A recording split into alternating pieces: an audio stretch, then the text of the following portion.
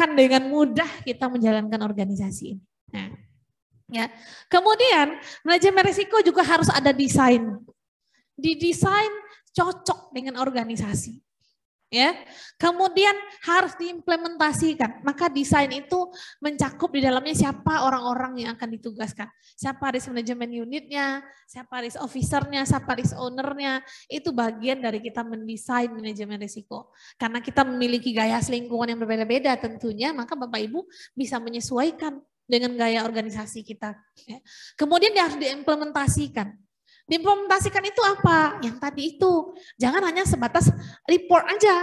Kalau sebatas report berarti Bapak Ibu masih dua ini aja nih. Integrasi, desain. Udah diimplementasikan? Enggak. Ya. Kalau ada risiko ini gimana ngatasinya?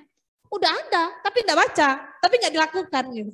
Nah, ini adalah hal-hal teknis yang saya katakan itu mungkin bagi pelaksana, bagi first line of defense itu adalah beban kerja bertambah. Beban kerja bertambah ya, beban kerjanya nambah tapi tunjangan nggak nambah. Nah ini bingung. Jadi Bapak Ibu mungkin diperlukan mungkin sedikit keikhlasan kita. Itu nggak sedikit, banyak ikhlasnya. Ketika apalagi menjadi risk owner. Menjadi risk manager itu, menjadi risk management unit juga akan lebih berat pekerjaannya karena mengkolek, mengumpulkan seluruh risiko, kemudian mentabulasikannya, kemudian membuat mana sih yang prioritas untuk diperbaiki gitu ya, untuk ditangani, kemudian membisikkan pimpinan, Pak ini risikonya, ya, Pak mau nangani yang mana? Nah, jadi kita pun perlu menjadi pembisiknya pimpinan. Ini kebijakannya harus diambil, kalau enggak kita akan begini. Nah, tapi kalau tidak dijalankan, ya itu tadi akan begini-begini saja kita. Berjalannya ibaratnya letting flow. Kalau saya tanya tadi sama Bu Tari udah ZI WBK belum ini? Udah WBK belum? Kalau Pak Direktur tadi bilang, tapi tahun ini kabarnya tidak memenuhi untuk self assessment. Self assessment untuk masuk ZI, untuk masuk WBK itu kan di 75. Nah, sekarang 74 ya, 74. Nah, kalau tidak sampai di 74 ya enggak dinilai. Bahkan yang ZIWBK itu Bapak Ibu ya di kami di Kementerian Agama sendiri itu bagi perguruan tinggi yang mendapatkan WBBK ya maka mendapatkan dana tambahan. Nah ini kan artinya peluang loh bagi kampus kita gitu. Jadi ZIWBK itu satu penilainya salah satunya 4 ini nilai di situ, satu adalah risk management. Jadi di mana-mana semuanya sudah butuh risk management. Mau akreditasi, poin 2, tata laksana, tata kelola organisasi, risk management diminta di situ. Mau Bapak Ibu melakukan ISO 9001 untuk sistem penjaminan mutu perguruan tinggi, silakan daftarkan nanti. Risk management juga dinilai di situ. Permenkes Bapak Ibu juga sudah mewajibkan risk management. Makanya Pak Direktur itu dipanggil oleh Menteri, disuruh menjelaskan risk management. Itu kan dalam rangka apa? Semuanya sudah bicara risk management. Dan beberapa kebijakan-kebijakan dibuat oleh pemerintah itu juga ZIWBK itu juga sudah meminta risk management di dalamnya. Jadi kalau saya Bapak Ibu karena di kampus kita itu sudah ISO 9001 ya Bapak Ibu mengelola risk management, maka setiap audit ISO itu selalu ditanya, mana yang sudah tertangani, mana yang belum. Apa penyebabnya belum tertangani, kemudian bagaimana cara menangani yang sudah ini. Kemudian mana risiko-risiko yang ternyata kita tidak perlu menangani, itu selalu ditanya. Ya, sebetulnya itu pekerjaan SPI. Jadi kita kalau SPI-nya sudah bekerja mengaudit berbasis manajemen risiko, udah gampang saja. Silakan dijawab gitu ya. Kalau ada audit berbasis manajemen risiko apa ada audit ISO misalnya ya Bapak Ibu ditanya manajemen risiko di dalamnya udah bisa jawab. Nah, gitu ya. Kemudian ini evaluasi, bagian selanjutnya adalah bagian evaluasi. Bagian evaluasi itu ini bagiannya kerjanya SPI tadi, mengevaluasi sudah sejauh mana itu bisa dijalankan dengan efektif. Ya. Manajemen risiko itu bicara sudah sejauh mana itu dijalankan dengan efektif. Setiap kebijakan yang dibuat berdasarkan risk management, apakah itu mampu menurunkan risiko pada taraf yang sudah diterima oleh organisasi? Itulah yang diinginkan dalam risk management ini. Kemudian kita masuk ada terakhir perbaikan. Nah, perbaikan inilah yang kita harapkan bisa menjadi dasar setiap tahun. Ada perbaikan, ada kebijakan. Kebijakan diambil untuk memperbaiki risiko, maka evaluasinya akan melihat sejauh mana kebijakan itu efektif untuk menangani risiko.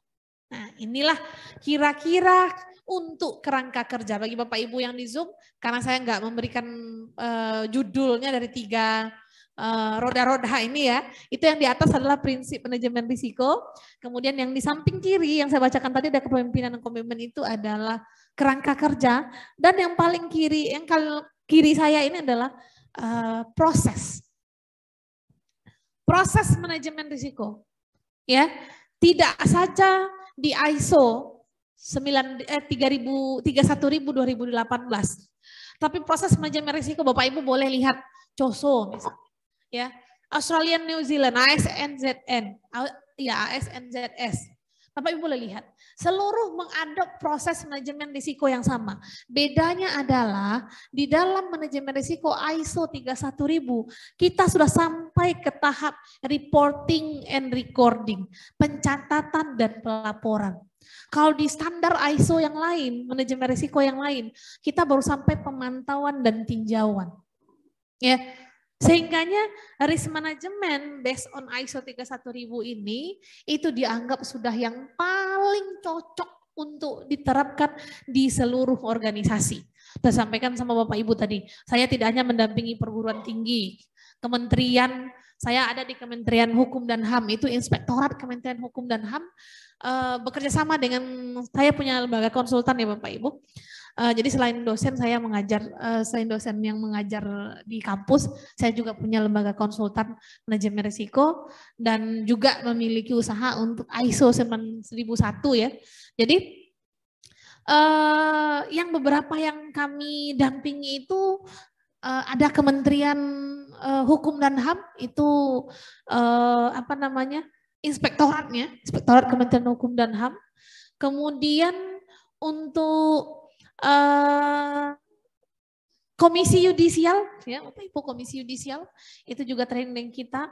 Kemudian DPR Pusat itu staf-staf DPR itu ikut dengan kita dan bahkan ada anggota dewan yang ikut. Tapi selalu bilang, Bu jangan publish nama saya.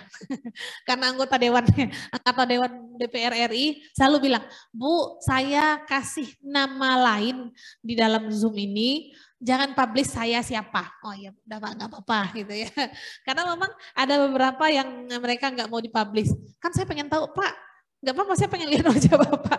Ketemu saya kayak mana. Nggak usah katanya kan. Jadi memang ada yang seperti itu ya. Kemudian di inspektorat saya cukup banyak Bapak Ibu ya. Inspektorat itu yang kemarin terakhir itu adalah Palangkaraya inspektorat, kemudian inspektorat Papua juga pernah kita training itu manajemen risiko, kemudian inspektorat pemerintah selain dari kementerian itu pemerintah itu banyak banget, kemudian BPKP itu juga banyak. BPKP saya sudah jelaskan itu banyak sekali tadi, sehingga akhirnya mereka sudah bisa membandingkan. Kan risk management itu kalau Bapak Ibu lihat, bagi Bapak Ibu yang mungkin belajar manajemen risiko juga di tempat lain, ya, mendapatkan ilmu manajemen risiko juga bersama orang lain, ya, mungkin ada ilmu dasarnya yang berbeda, tapi perlu dipastikan bahwasanya standar manajemen risiko yang paling tinggi itu levelnya adalah di ISO 31000 2018. Inilah dia. Dia bisa diintegrasikan. Meskipun pemerintah punya PP nomor 60 ya, tahun 2018 kalau saya tidak salah, itu berkaitan dengan risk management. Tapi risk manajemennya di dalam itu dimintakan sesuai dengan standar. Dan standar itu salah satunya adalah ISO 31000 2018. Apalagi ISO itu sudah diadop penuh oleh Indonesia. Jadi kita nggak satu kata pun dirubah oleh BSN itu, Badan Standar Nasional itu ISO tersebut, dan dijadikan standar resmi di Indonesia. Nah inilah mungkin kelebihannya kita. Ada juga orang belajar risk management terintegrasi, ada juga. Bapak Ibu mungkin belajar manajemen risiko yang sertifikasi atau kompetensi yang digelar oleh mungkin lembaga lain gitu. Bapak Ibu boleh pastikan di sana. Kita memilih lembaga untuk mencap kompetensi kita itu lihat unit kompetensinya. Nanti tahu ada yang tertarik belajar risk management lebih jauh ya. Mungkin perlu saya sampaikan kepada Bapak Ibu, kalau belajar risk management itu enak banget. Ya. Selain memang nanti Bapak Ibu bisa jadi konsultan juga. Ya. Mungkin Bapak Ibu tahu profesi dengan gaji termahal itu salah satunya adalah risk manager. dalam perusahaan itu gajinya 160 sampai 180 juta. Itu dalam perusahaan. Mudah-mudahan Bu Tari nanti menyampai level itu. Tapi yang pasti ketika kita bicara risk management Bapak Ibu, ya, seluruhnya nanti akan bermuara pada proses. Proses ini kalau keliru, maka boleh jadi kita tidak mampu menurunkan risiko. Maka untuk melaksanakan proses itu,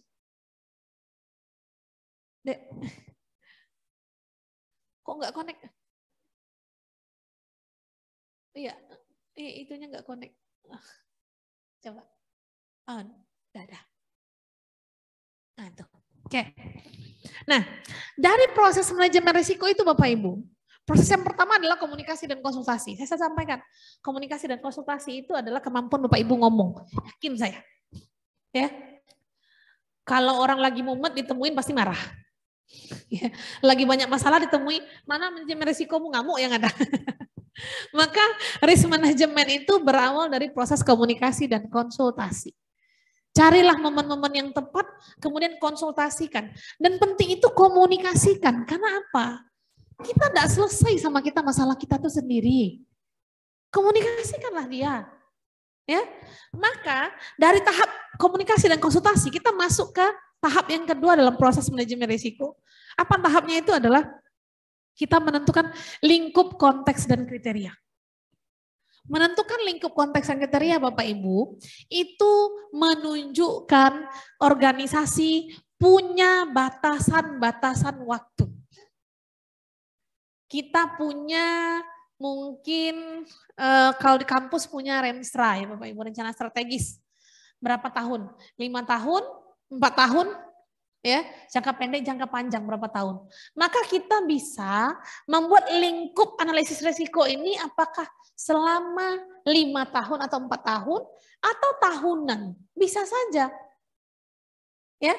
Maka sejatinya Bapak Ibu, kalau Renstra kita itu memiliki 4 tahunan, maka program yang disusun itu tentu program yang ditujukan untuk mencapai Renstra. Jangan programnya lain, Renstranya lain. Kejadian kita yang banyak tuh begitu. Programnya beda, Renstranya beda. Nanti pas menyusun evaluasi Renstra, bingung. Ini berapa ya kita?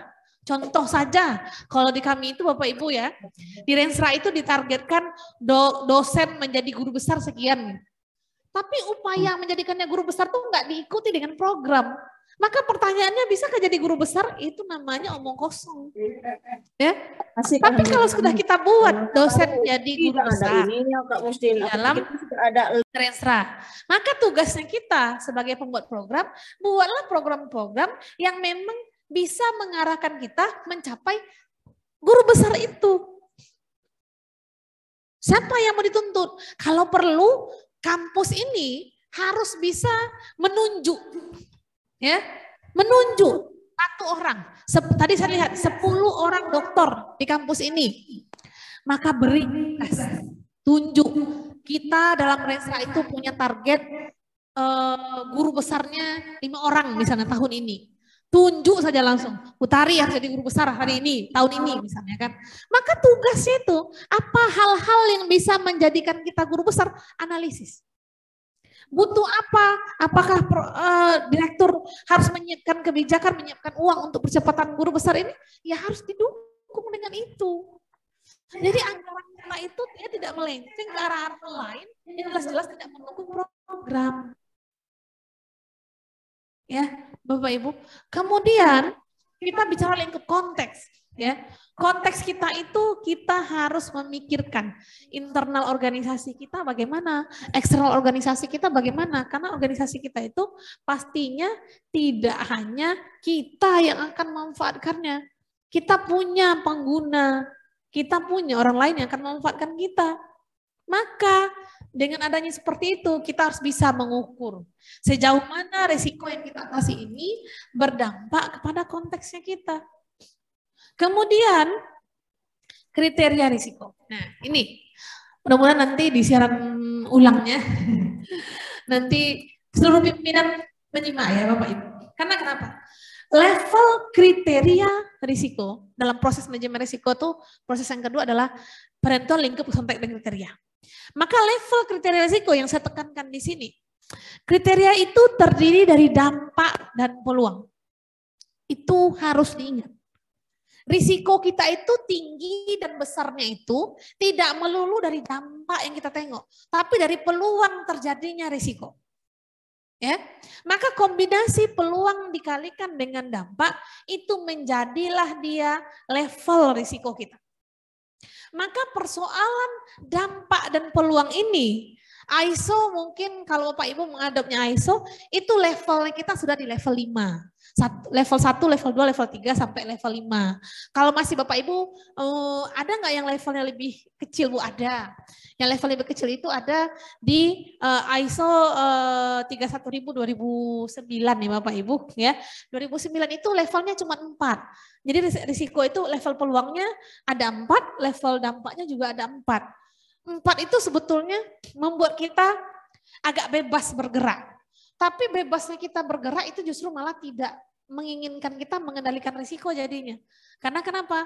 Bergerak saja kita dari 20 ke 22 di manajemen risiko di apa namanya di ISO 31000-2009 atau di yang 4 kriteria itu kita masih aman mungkin di level 1. Tapi kalau sudah kita punya 5 level dampak dan kriteria itu bergerak saja kita sedikit kita sudah bisa berpindah status risiko kita. Jadi kita memiliki dampak dan peluang. Kemudian selera organisasi. Nah ini paling penting Bapak Ibu. Risiko, manajemen risiko atau kriteria risiko itu disesuaikan dengan selera organisasi. Saya contohkan sederhananya Bapak Ibu.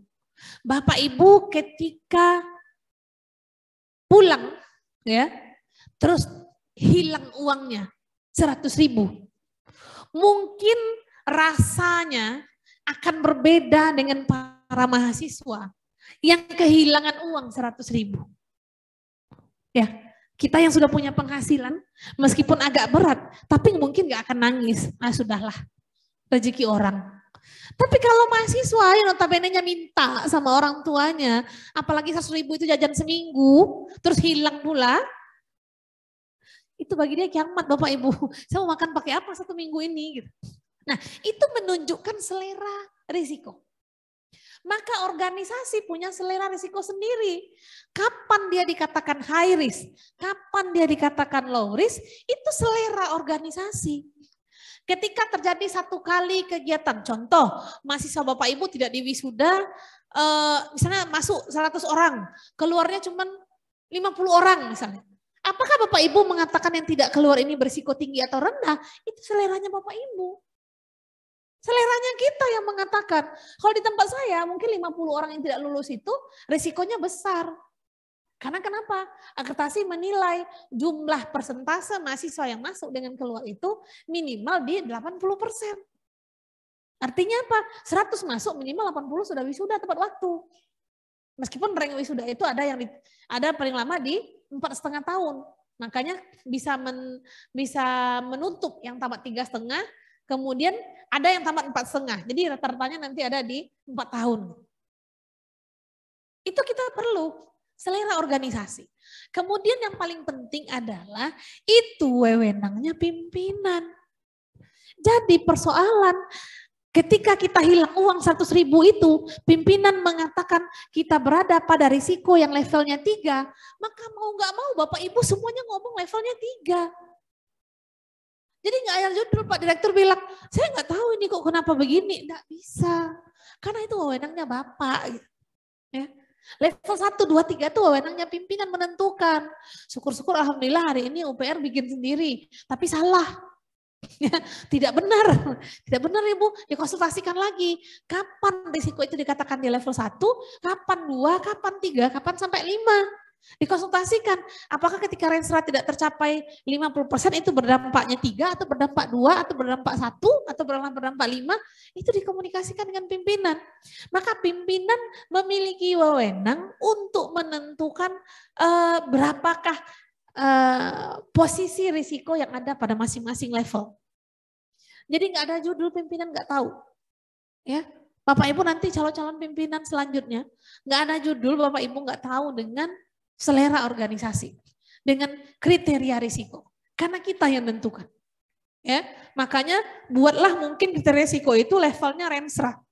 Sekali 4 tahun, sekali 5 tahun, atau sekali berganti pimpinan. Berapa tahun? 4 tahun juga biasanya. Ya, sekali 4 tahun, nanti pimpinan yang baru mungkin saya punya selera risiko yang berbeda, silakan. Ya. Kemudian yang paling penting lagi, satu organisasi hanya punya satu kriteria risiko. Ingat ya Bapak Ibu, saya kan di prodi, saya menganggap ini tinggi. Di prodi sebelah dia bilang ini rendah. Tidak bisa. Tengok standarnya pimpinan tinggi rendah itu apa. Kalau pimpinan bilang kalau tidak lulus 10 orang itulah high risk, Bapak Ibu tengok di tempatnya Bapak Ibu. Kalau ternyata Bapak Ibu levelnya memang berada di 10, Bapak Ibu garis aja itu tinggi. Jangan pula bilang, mahasiswa saya kan 1000, kalau 10 ini kan kecil buat saya bikin kecil. Tidak bisa. Kita tidak bisa punya selera sendiri. Selera kita mengikuti seleranya pimpinan. Jadi satu kriteria risiko itu dibuat oleh pimpinan. Melalui apa? Mungkin di raker bisa dikomunikasikan sehingga kita semua itu sepakat. Ya, Pak, saya nggak bisa Pak terima yang begitu. Karena kenapa? Mahasiswa saya begini, banyak modelnya begini. Mungkin kalau Bapak tempatkan rendah di posisi itu, udah tinggi. Tapi perlu Bapak Ibu garis bawahi. Apa? Organisasi itu memandang risiko dari level pimpinan. Bukan dari kita yang melaksanakan kegiatan. Boleh jadi Bapak Ibu memandang itu rendah, tapi pimpinan bilang itu kecil. Karena kenapa? Kamu kan cuma unit kecil saya. Gitu. Ya kan? Jadi kita harus punya satu organisasi hanya punya satu kriteria risiko. Kemudian disesuaikan dengan tujuan analisis risiko. Misalnya 1 tahun atau 5 tahun. Jadi silahkan kriteria risikonya. Banyak kalau Bapak Ibu lihat Permenkes itu, Permenkes 25 mungkin sudah punya ya. Itu mereka membuat analisisnya 5 tahun. Ya, karena dampak-dampak itu dibuatnya misalnya terjadi kurang dari 1 kali dalam 5 tahun. Itu artinya mereka bikinnya 5 tahun analisis risikonya. Tapi demi gaya selingkungan kita boleh rubah, boleh saja. Kita mau 1 tahun, kita mau 2 tahun, ini tidak ada masalah. Ya, tapi yang pasti ketika kita menganalisis setiap tahun, maka Bapak Ibu jangan buat kriteria risikonya yang sekali 5 tahun. Karena nggak akan nemu dia, nggak akan pernah ketemu dia risiko pada level tinggi, ya. Karena kenapa? Atau mungkin semua risiko jadi level tinggi. Kriteria risikonya 5 tahun, tapi analisisnya sekali setahun. Ketika ketemu peluang nanti, mungkin kejadian A dianalisis 1 kali dalam 1 tahun misalnya. Sementara di kriteria risikonya mengatakan 1 kali dalam 5 tahun, nah kan nggak nemu dia. Nah artinya kita harus memiliki kriteria risiko itu yang sama dengan yang kita pahami untuk seluruh organisasi. Nah. Nggak mau lagi tolong. Iya nggak mau. Mungkin dibuka dulu tuh pasang lagi. Atau dipindahkan colokannya. Nah itu jalan. Oke, ya. Kemudian proses manajemen risiko yang selanjutnya itu adalah risk assessment atau penilaian risiko. Ya, Bapak Ibu, penilaian risiko itu terdiri dari 3 hal. Identifikasi, analisis, dan evaluasi. Identifikasi itu kita mengurai akar penyebab. Sebetulnya dalam identifikasi risiko Bapak Ibu ada 4 item wajib. Pertama, akar penyebab risiko, kemudian risikonya apa, ya risikonya, kemudian akar penyebabnya, kemudian yang ketiganya adalah indikator terjadinya risiko, kemudian yang keempatnya adalah faktor positif yang kita miliki. Kita tidak boleh mengabaikan hal-hal positif yang ada di diri kita Bapak Ibu. Ya, kalau misalnya kita mau melaksanakan suatu kegiatan, tentu kita lihat dulu kita udah punya apa. Ibaratnya kalau kita tempur udah ada persiapan dulu. Jangan tangan kosong. Kok tangan kosong itu risikonya pasti tinggi. Orang mau bertempur tapi nggak ada persiapan, kayak mana pula gitu ya. Makanya kita harus menyertakan dalam identifikasi risiko itu faktor-faktor